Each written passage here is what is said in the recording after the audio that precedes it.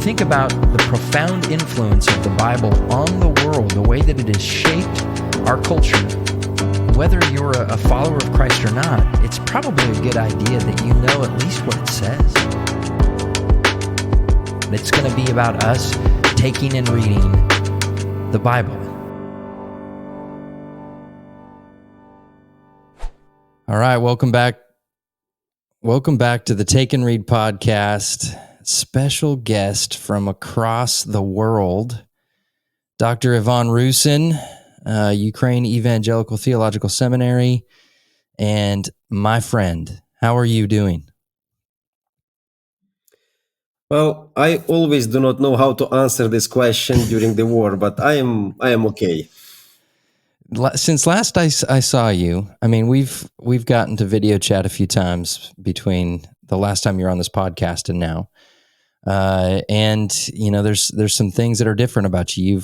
You've been you were talking to us about impending Russian aggression and that Russia was going to. You weren't sure if Russia was going to make a move or not.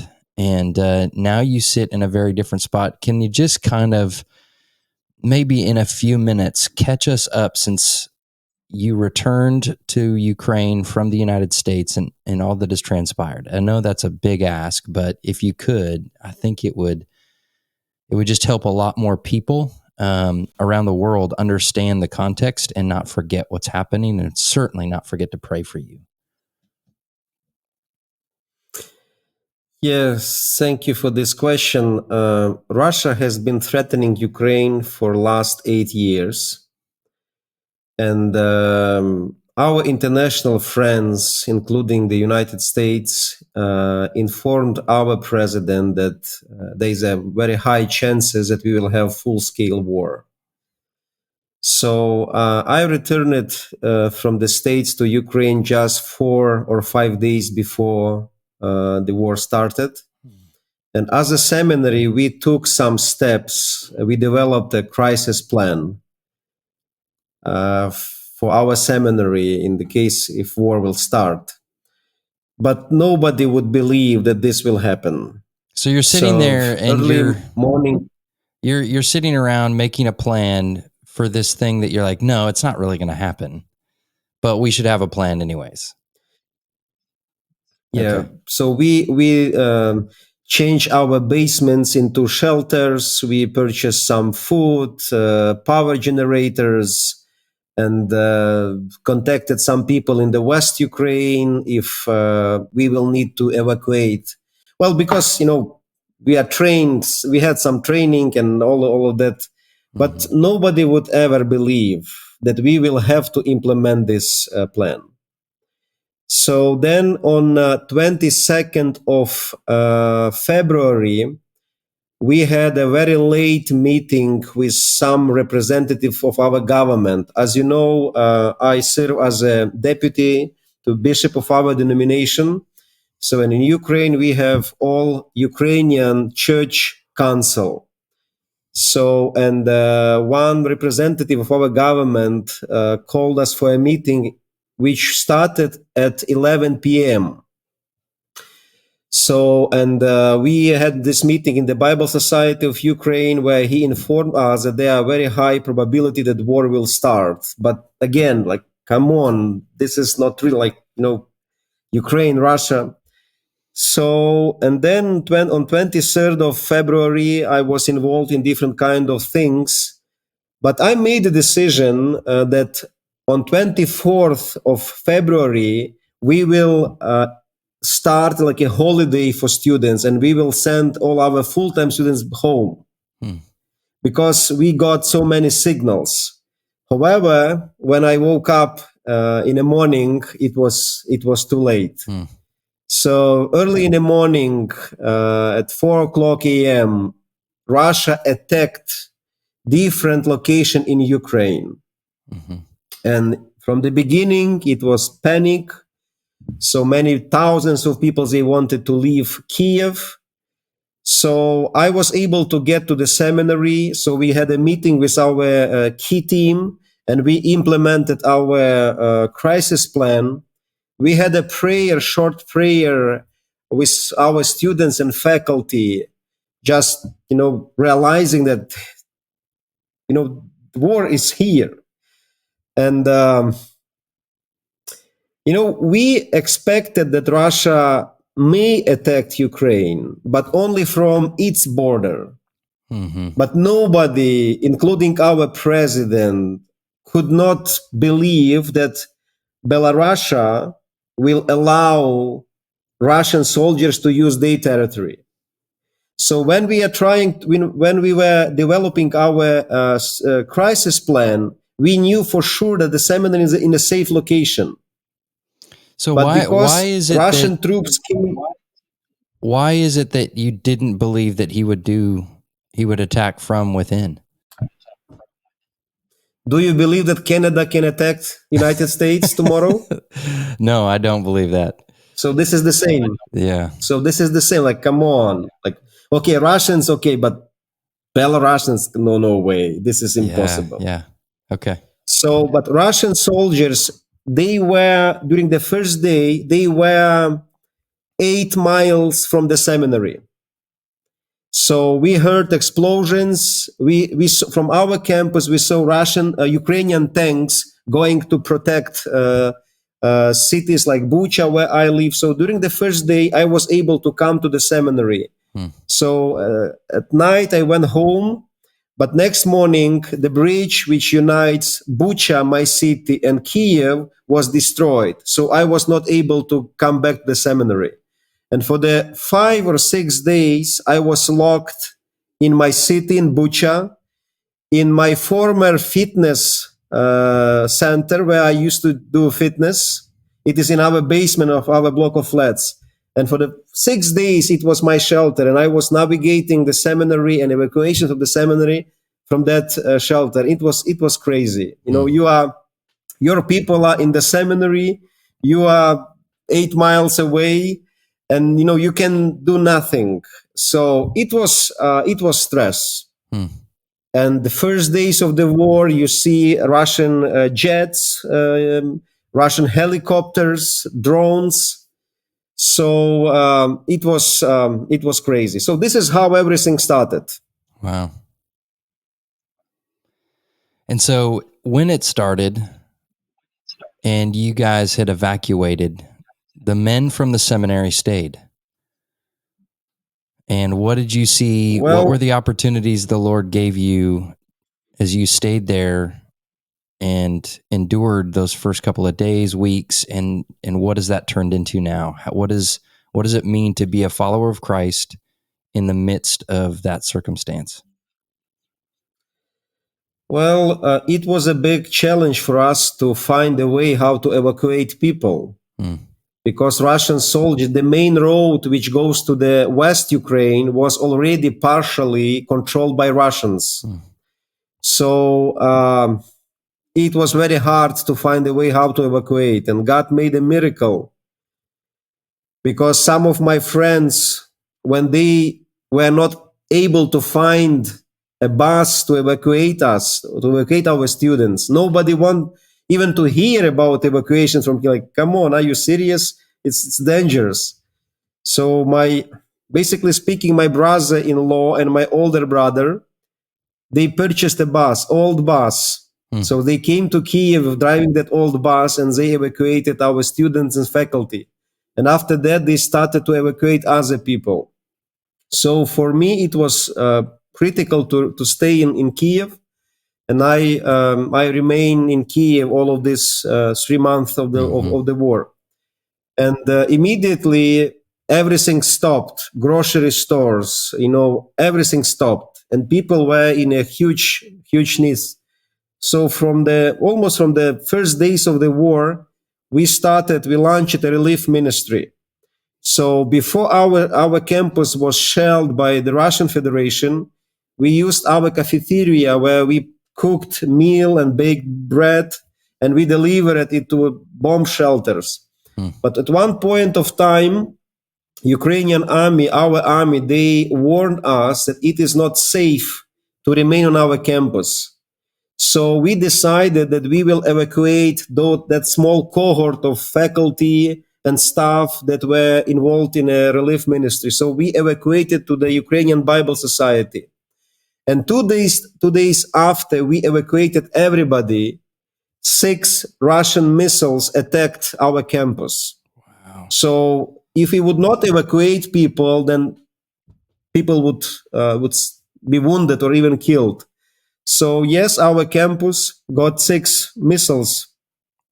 Wow. Never in my life I would imagine that the campus of the UETS would be attacked by missiles. And now we started this recovery process. So with a small cohort of UETS faculty and students and Ukrainian Bible Society, we started our relief ministry. So we would receive provision from the West Ukraine, and then we would deliver it to different locations in Kiev, visiting shelters, people that are left behind, primarily elderly and disabled people. And it was very moving picture when you are giving a piece of bread to old lady. This is Kiev, capital city of your country, and you have 2022 outside. And old small lady is asking how much this will cost, and you say it's for free. Then she asks, why do you do so? And well, we are Christians, we are the church, and we want to help people. And she starts to cry.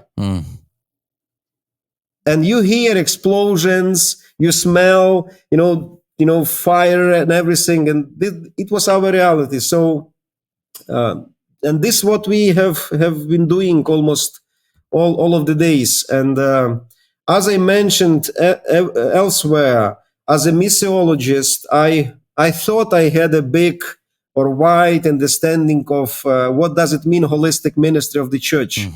But this war extended my understanding. So first of all, I realized that this war made every Ukrainian my neighbor. So when I see another Ukrainian who is in need, I consider him as my neighbor that I can help. And holistic ministry now has a very broad understanding for me, because the most extreme thing that we have been doing, we delivered dead bodies from a morgue to the cemetery in our seminary bus. So one day, a person that we have been visiting the city of Hostomel, sharing provision, and there was a guy. His name was Alexander, and he called me and he said, can you help me? I said, well, how can we help you? And he shared that his parents were killed by Russian missile. So now he has to find a way how to deliver their bodies from a morgue. And it was at that time when everything was closed. There was no transportation. So, and because we have been involved in this ministry, we get connections and relationship with our army. So they recognize us, and they would provide us opportunity to go to different locations. So we, with my co-pastor, we went to a morgue, and we took bodies, put in our seminary bus, and delivered to the cemetery. So I have never been trained to do these things, but this is what holistic ministry is about. Yeah, I mean, so what you're describing is an understanding that to be a follower of Christ is to be somebody who loves, and you need to love people in ways that they most desperately need to experience love and compassion. I think of all the times in the scriptures when it describes Jesus as seeing a group of people, he has compassion, and then he does something about it. It's not just a mere sentiment. It's not something just to feel bad for somebody, but you're experiencing something that it's still really hard for me to imagine. But I am so grateful for your witness. I'm so grateful for your example and your leadership, and super grateful that you would take the time to jump on a podcast with me today and share some time. So, Ivan, thank you so much. For anybody out there who's listening or watching this podcast, continue to pray.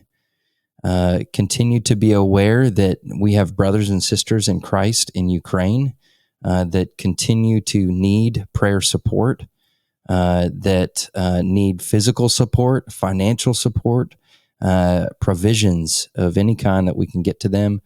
And so, Yvonne, is there anything in particular that you would want people to know about the situation or ways that they can support you?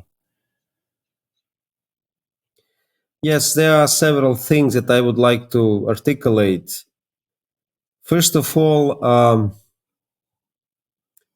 what I want to say that this war is absolutely unprovoked war. Mm-hmm. And we are, as a country, we are fighting a giant. You can compare the Russian Federation and Ukraine. Unfortunately, there is no space for the Ukrainian identity in the Russian world. So if the Russian Federation will take over, there will be no space for our values, our dreams. There will be no Ukraine as such. This war created extreme suffering. 6 million of Ukrainians left Ukraine.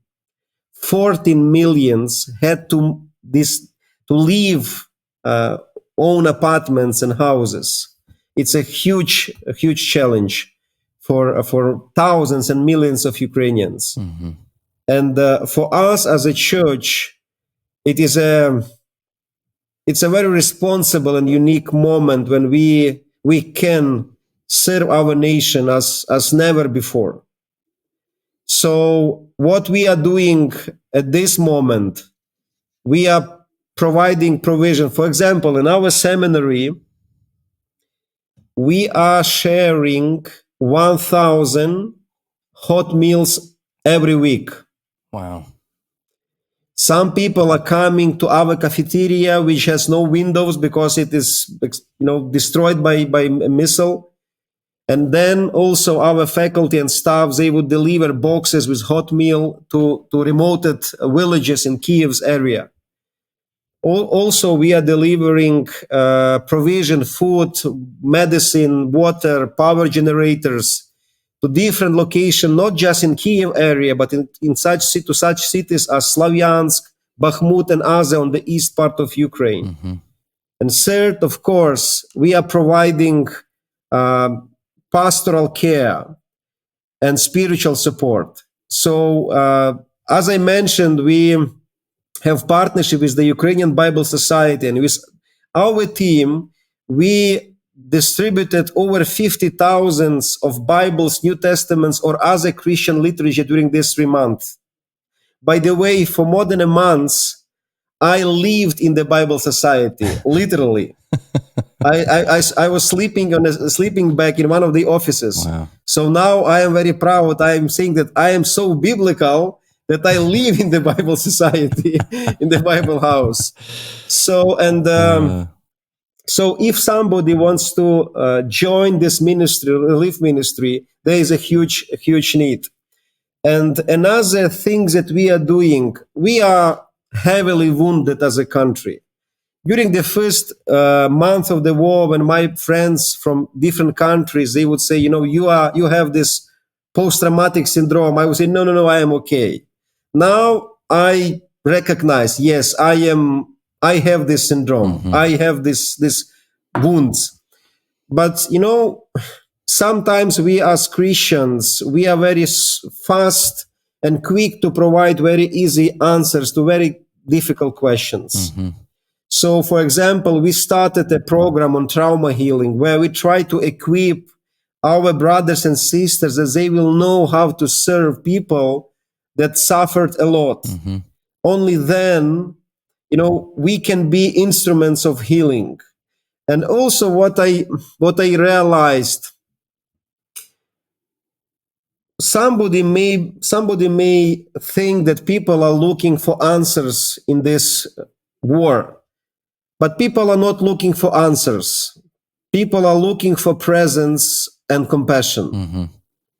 So when, hundreds and hundreds of times when we are getting with our buses to a location, to the Hostomel or city of Bucha, then people start to appear, to show up.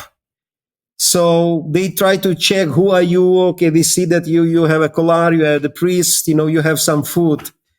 And then they start to share these stories. And we heard very tough stories. That there is a lady, her husband was killed, and she buried him in a backyard. 2022 outside. Can you imagine that you buried your husband or wife just close to your house, to your building? And then she started to cry and she started to hug our student. So I realized that there is something about theology of presence when we are with our people. So if some people are asking me, like, you are a theologian, you have PhD, what, give us some answers. My answer is that I have no answers. But I know what they went through because I have the same scars that they do. So those churches that remained in Kiev and other cities, they remained with people, they have the same scars on their body. And people see this solidarity and compassion. And at this point, it's enough. So it is crucially important for Christians to stay with the suffering community. So it is very important, as we see that we as a Christians, we will remain with our people and we will serve them as we can. So I do invite everybody to join us in our relief ministry, join us in training people for ministry. And also, if you have resources to provide food, medicine, water, or diesel for generators, it is great. And I experience the grace of God so many times. For example, we are delivering food for the city of Borodyanka, destroyed by Russians. We had 3 addresses where the need is the most. We found 2 addresses, and the third one we just cannot find. We are using all kind of navigation, nothing. And I was so upset that, we have medicine, we have food, but we cannot find that location. So we see a lady approaching us, and we stop and we say, we are looking for this address. And she says, "Whoa, this is my address. We are looking for this lady." Well, it's me. I just realized Holy Spirit was involved. Yeah.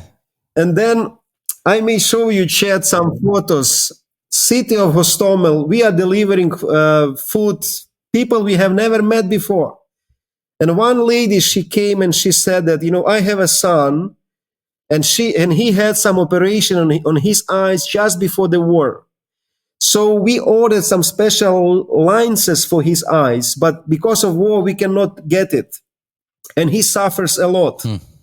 So, and then miracle happens. You ask your friends ask their friends, and as a result, somebody in Germany was able to find that special lenses, delivered to the network of friends to Ukraine. And one day we delivered those lenses to that lady and her son. I have a photo when my friend Fyodor is giving that lenses to that lady. And she asked, "Is this for a week?" "No, it's for 6 months." Oh, wow. And she started to cry. Yeah.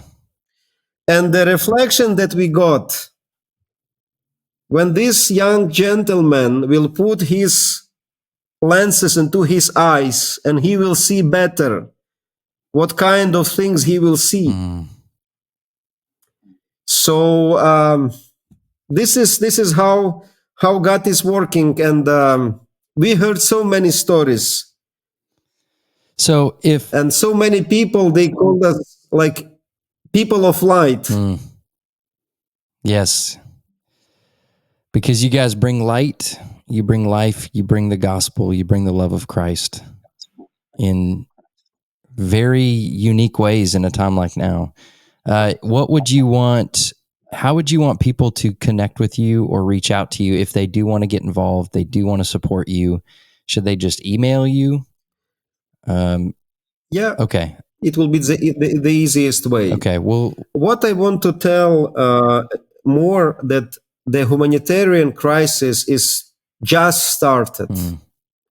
You know what difference we see now and 3 months ago.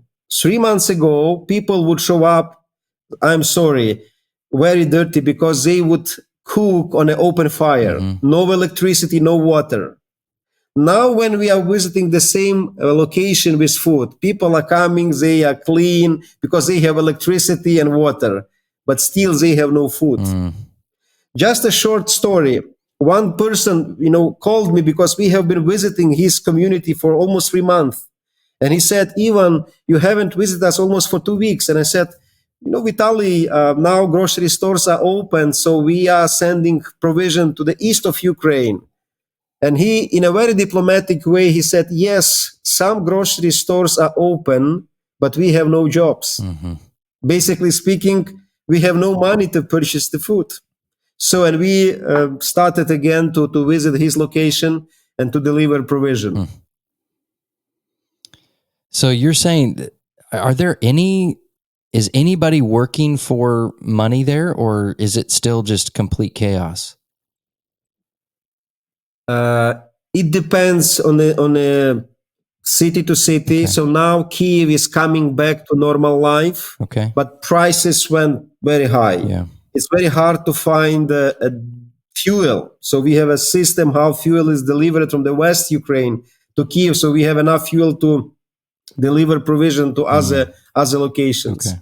But in some smaller, there are so many smaller like villages. They are not destroyed, but they were under occupation. So, and people are without any provision. So, and then we are in collaboration with the local government. We are visiting such places and we deliver food, medicine. So, and the need is huge. Yeah. Well, in a moment of levity, one of the things that this Russian aggression has produced is the fact that you're growing a beard, and I think that is just a beautiful thing. So if it took all of this, here you are, and you're looking great, my friend. I'm going to lean into the fact that you lived in the Bible Society for a little while, and just assume that makes you a little bit more in tune with what the Bible says because of that camp out. And so we're gonna take and read a passage of Scripture, if you would, because that's what we do here. We take and read the Bible and we process it as believers. And so the time that I get to have you is precious, and I'm grateful for it. But we're going to look at Mark chapter 9. So when you were with me last time, we were still in the Gospel of Mark. We are slowly progressing through the Gospel of Mark and have only made it just over halfway. We're going to be in verse 33, and we're going to read that short kind of pericope where it goes 33 through 37. For those who are out there listening or following along, I am in the English Standard Version of the passage today. And Yvonne, what translation are you in? The Ukraine? Well, I opened the New International Version, but I think I can open English. You said English Standard Version, ESV, yes? yeah. Okay. All right.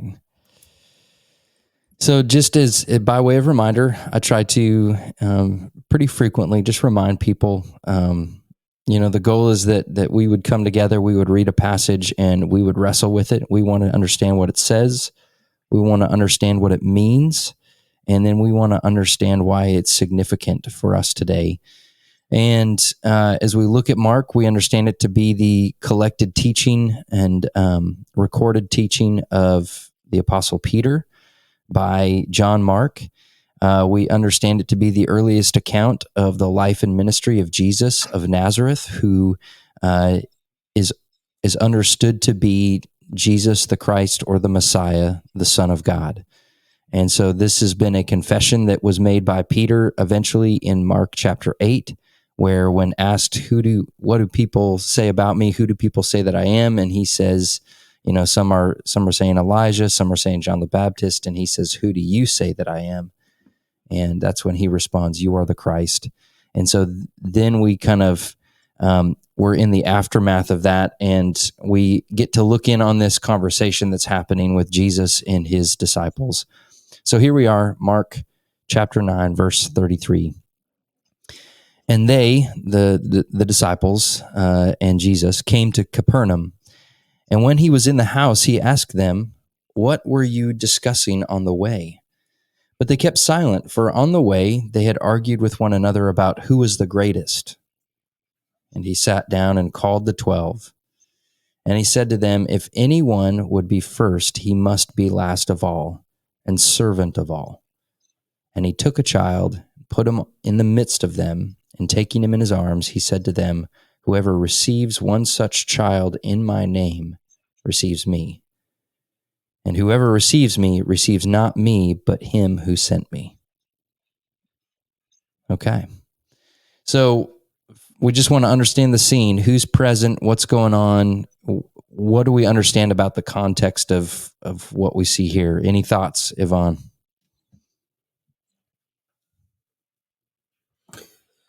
Well, I think that it is important here to remember the context of this situation and the context of and the structure of the Mark's gospel. Yeah. Some people says that the cross of Jesus is like an epicenter of the entire gospel, and everything that goes before is like an introduction to the epic moment, like the most important moment. And as far as I remember, I didn't know what kind of text we will read, and I know that this is your approach, and I don't like it sometimes. I would prepare, did some research, and look like great scholar of Mark. Right. But as far as I remember, Jesus is starting his road, his travel to the Jerusalem from the, I cannot say it in English, this location, in chapter 8. Yes. And 3 times during this travel, he expressed that he is going to suffer. And disciples, they were not capable to comprehend this. And it's interesting that these 3 prophecies about Jesus's death, they are between 2 healing stories. Before, I think it is the story where a blind person started to see better, but it was like a progress. Yeah, it was a progressive healing. And as if I am, progressive healing. And if I am remember well, the second story, it's about Bartimaeus that was healed. I don't know how to say his name in English. So what I want to underline in this, that our understanding who Jesus is also a process. We are progressing in this understanding. And we are blind to it. We cannot get it by our own strength, our own mind. Only when Jesus touches us, we can see him clear and better. And then we can comprehend what he is calling us to do. Yeah. So I see this event in such a context. Because as they were traveling, they were having a lively discussion, to the point that he says, "What were you talking about? What was all that about?" And they're a little bit nervous. They don't want to, they didn't want maybe him to know. But this is after the second time he is predicted his death and resurrection. And so it's still, there's going to be one more of those that occurs after this, but that's happened twice now. This is also after the fact that he is transfigured. So Peter, James, and John have witnessed his transfiguration on the mountaintop, and he charged them to strictly tell nobody until after his resurrection, until the right time. And so that's already occurred. And so there's clarity is growing, but like you said, it's progressive, and we see that with the disciples themselves. Their ability to understand, and then in understanding, their ability to trust and believe what he's capable of. And I think there's also, and we've talked about this on a couple of other episodes, there is this reframing for the disciples what the Messiah means. Like they had grown with this understanding and expectation of what a Messiah would come and do. That a Messiah would come and, as a son of David, would be a great military leader, would be a great political leader, would overthrow possibly the Roman government, would restore the temple and Judaism to its former glory. And so as he continues to predict his death and resurrection, that he's going to be rejected by the religious leaders, they're going, no.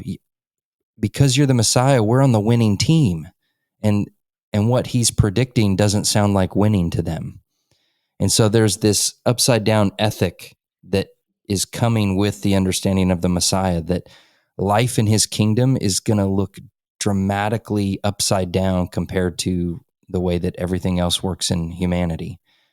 And so I think we see that on display here when they're arguing about who's the greatest. This definition of great versus least is going to be flipped on its head. Thoughts? And if you need to stroke your beard and that produces like any kind of insight, like please, by all means. The Mark's Gospel, as well as every other book, is very provocative if we read it carefully. Mm-hmm. Because this Gospel takes away my comfort from me. I can say that I will explain what I mean. Sometimes the biggest problem we have in our relationship with God is our image of God that we developed. And disciples, they are fighting with their image, what Messiah must do. And it's interesting that even 3 prophecies of Jesus were not successful in changing their mind. Right. They still have their own agenda for Jesus. They are not asking, okay, how can we join your agenda? No, we are following you until you are fitting our image. And in chapter 14, there is an important moment when Judah decided to betray Jesus. And very often we read his decision separately from the action of unnamed woman. So she decided to serve Jesus, she poured oil, and she assists in Jesus' mission. And when Jesus supported her action, it seems that Judah recognized, whoa, there is no plan B for Jesus. Yeah. He is going to die indeed. And he make a plan B for himself. So Judah was following Jesus until Jesus was going in the same direction Judah wanted him to follow, to the Jerusalem. So very often we might be disappointed by God when he does not fit our expectation. Yeah, that's a good point. So, and we have to ask ourselves, in my image of Jesus, this image that I have of Jesus, I developed by myself, or I embraced it from the Word of God. So, and according to, I like how you mentioned, winning team. Serving team, no, it's not for us. We want to be a winning team. So, and Jesus, he makes everything put everything upside down. You are a winner when you are a loser. So when you lose everything from the human point of view, you win everything. So, and sometimes we really have to fight with our understanding of Jesus. And another warning that I have, it's, I can prove from the text that this unnamed woman was following Jesus together with disciples. So somehow she believed Jesus. And she used that moment like last Wednesday. This is the last chance for me to serve Jesus. So I will bring that perfume. Right.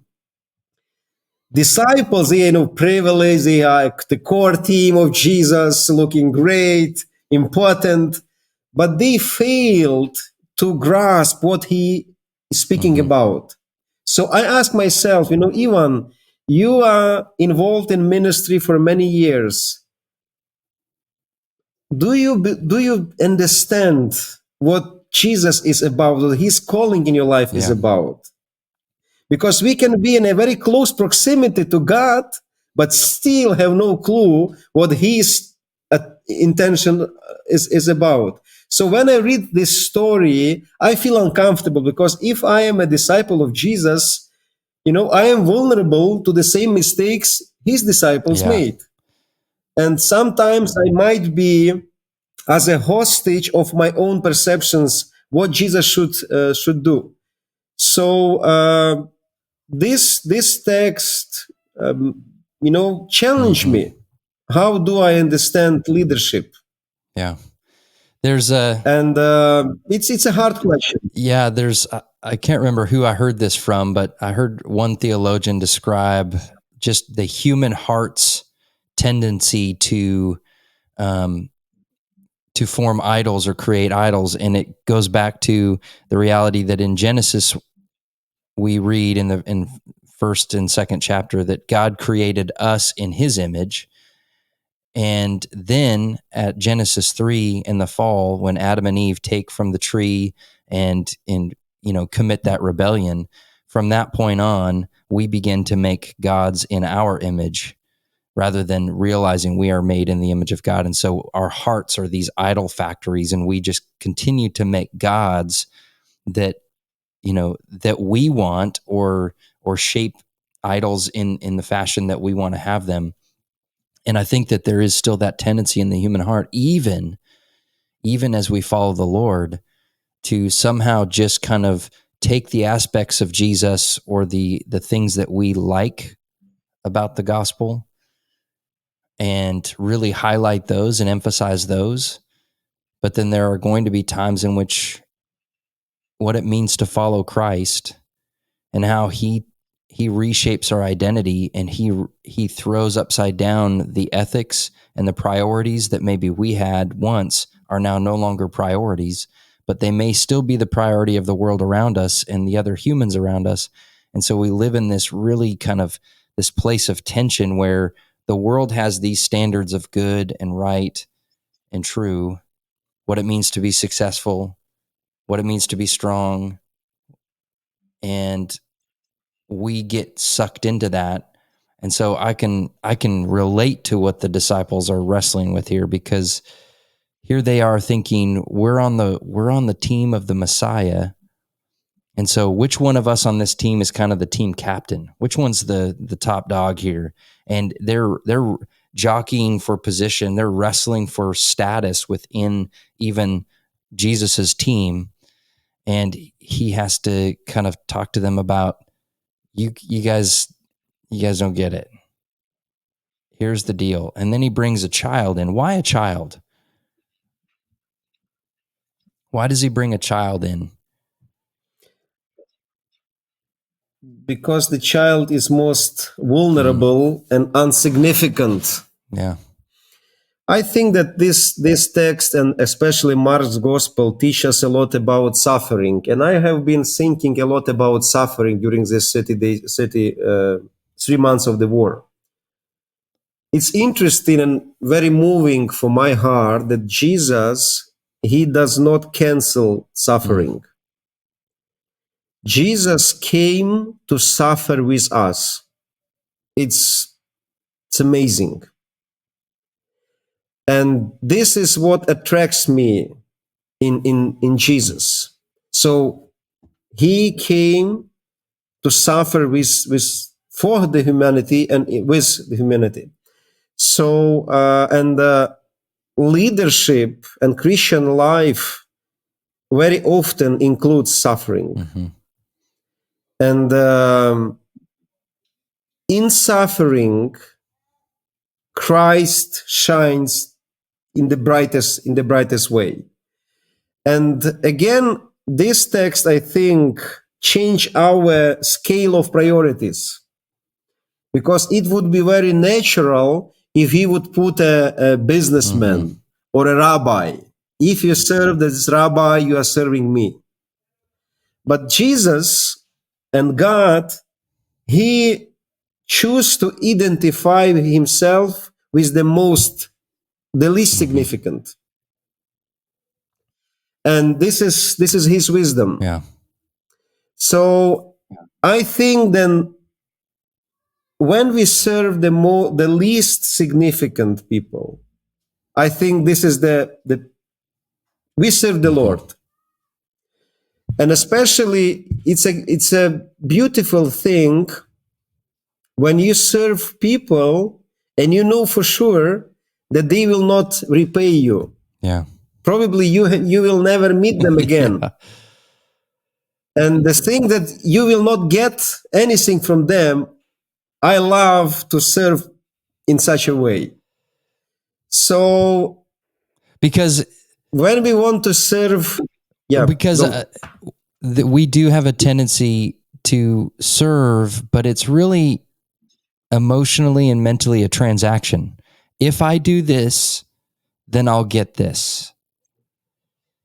And what he's putting on display here is, for the followers of Christ, you give with no expectation of anything in return. And it's not a transaction. It's not I give and so then I get. And he exemplifies that, and he's about to perfectly exemplify that he is going to give everything, and he's not going to get, paid back in a temporary or immediate sense for the amount of sacrifice that he gives. He gives freely, but he gives everything. Man, I mean, that's just, and we're not wired that way. That's not how we function.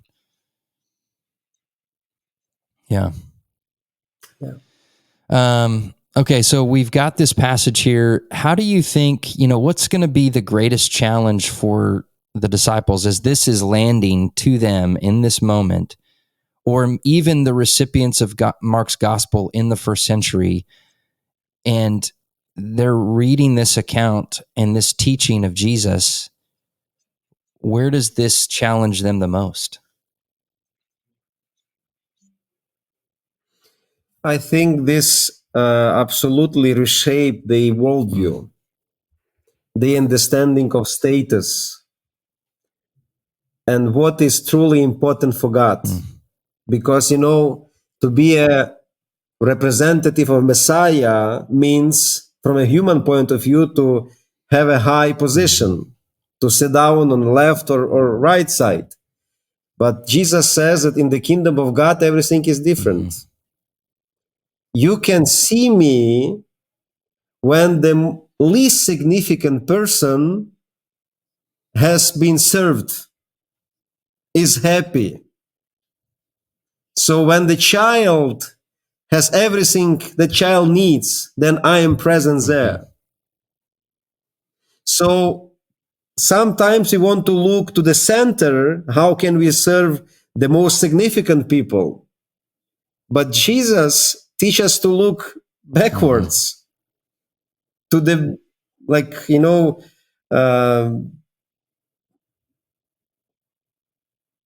I just cannot find this English word, but to the It's borders of our community. The edges, because sometimes we want to serve in a way that maybe is going to have the most impact in our estimation. What's going to have the greatest impact? What's going to accomplish the most in our estimation? And so in this situation, had he taken a religious leader, a political leader, a wealthy person, a businessman, and said, serve these people, because then when you serve them and they come to know me, then just think of how many more people they'll impact. Well, with a child, that there's no expectation of long and broad impact. It's just this child, because this child doesn't have any influence or impact on, in the world's eyes. So, yeah. Yeah, I think children, at that point of view, they were absolutely vulnerable and insignificant. Mm-hmm. So now in our cultures, children are protected. Mm-hmm. But in that society, it was absolutely different context. Yeah. So this text challenged me to serve and to take care for the least significant, those who cannot help themselves. This is God's criteria for spiritual Mm-hmm. ministry. So it's very challenging. Yeah. So what would be one takeaway that you would want that for yourself as you wrestle with this passage? What's a takeaway? How do you live in light of this truth? Well, I will take two lessons. First lesson, it is about my picture of God. Mm-hmm. Do I have biblical picture of God and his intention in the world? Do I want to serve God, or I expect that God will serve me? And second, in my ministry, I am concerned to serve where it is like cool to serve, where I will get some benefits from that, or I am driven to serve where the needs is the most. So this is what I take from this story. Yeah. I think I'm in a similar boat. I think the warning to be on guard from shaping Christ into the image that I would like him to fit into, the temptation to make him into something that best suits me, rather than having my understanding of him and myself shaped by him and his word. I think that's a big warning today. And then I would, like you said, I think the recognizing just the upside downness of his economy, the way that serving and the way that caring for people, the way that I, as a human, determined to spend myself for other people, I think I need to really kind of take a sobered look at who I serve and how I serve them. Am I doing it because it's going to benefit me, or am I doing it because it's going to have the most perceived impact, which is still about me, because I want to be important. I want to have good, a lot of impact. And so it's just a real good gut check today as I look at this passage. But Dr. Ivan, it has been an absolute privilege to have you. We will do this again because you are heavily requested by those that engage with the Take and Read podcast. They're going to be happy to know that you are well, that you and your wife are well and safe, and are faithfully serving where the Lord has placed you for such a time as this. Thank you so much for being with me. Thank you. Thank you. All right. For all of those out there for tuning in to the Take and Read podcast, again, if you have questions for me, you can email me at takeandreadpodcast@gmail.com. If you want to get in touch with Ivan, I will make sure that his email address is available in the link or in the description of the podcast, so you guys can email him directly and be in touch with him and learn of ways you can support him as he continues to faithfully minister to the least of these in Kiev and throughout Ukraine. I would encourage you guys to continue to pray. continue to pray, even though it may not show up on news media and it may not be front page. In our minds and in our eyes, we know that it's still going on. It's still very real. And so continue to pray for our brothers and sisters in Ukraine. And I thank you guys for your support. And I want to encourage you now to go, take, and read the Word of God. Blessings.